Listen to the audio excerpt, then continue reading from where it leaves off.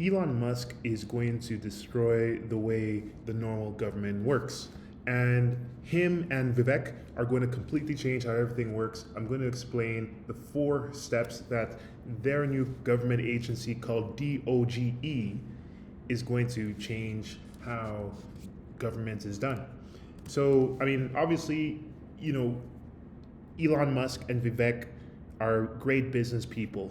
So they're going to strongly reduce regulatory overreach and government intervention. The first thing they're going to do is they're going to make sure that the DOGE or DOGE is going to limit the ability for government agencies in the United States to do things and impose regulations that they're not allowed to do. Because there's a part of the American government called Congress, which is responsible for setting up federal laws. But the thing is that there are a lot of government agencies that seem to do what Congress already does anyway. And so a lot of what Elon Musk and Vivek are saying that they're going to do is to prevent these agencies to do the things that Congress can do anyway. So they want to eliminate redundancy. One thing is that they referenced a specific Supreme Court case, West Virginia versus the EPA, which basically said, hey, look, government agencies shouldn't go out and do things that don't have federal backing. Second thing is they want to make things more efficient. So pretty much lower all kinds of crazy audits, lower redundancies overall. The fact that, for example, you have government agencies that are created seemingly for no reason other than to just hire people and create bureaucracy for no reason. So just to eliminate that. The third thing is that they'll be more tech heavy. One thing is that whenever companies adopt tech, they always adopt innovation and lay off a lot of human beings. Elon Musk acquired Twitter, laid off a lot of their workforce, and implemented some of the tech to replace jobs. And what's crazy is Meta followed what Elon Musk did and laid off tons of staff to make the company more profitable.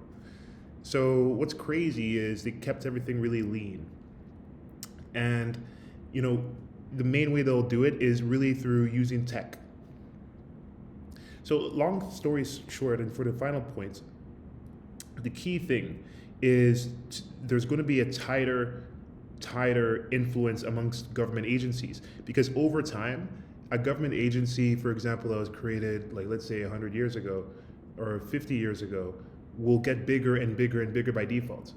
And there are hundreds and hundreds of government agencies, most of which have gotten bigger in terms of the amount of things that they regulate, the amount of rules that they have, and the amount of things that they manage. So in general, he just wants to make things lower in terms of all the complexities that government agencies are doing. He wants to shrink it down. So not only does he want to make Congress take authority for the things they have authority in, to eliminate redundancy, to use more tech, he also wants to shrink them as well to just their core functions. They want to shave off the fat.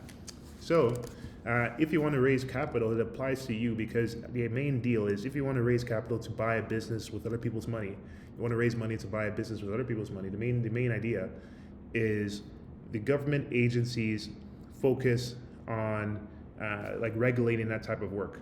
So if you're in a world where they regulate less of it, then there's more freedom and less legal fees that you have to pay to make something of this work.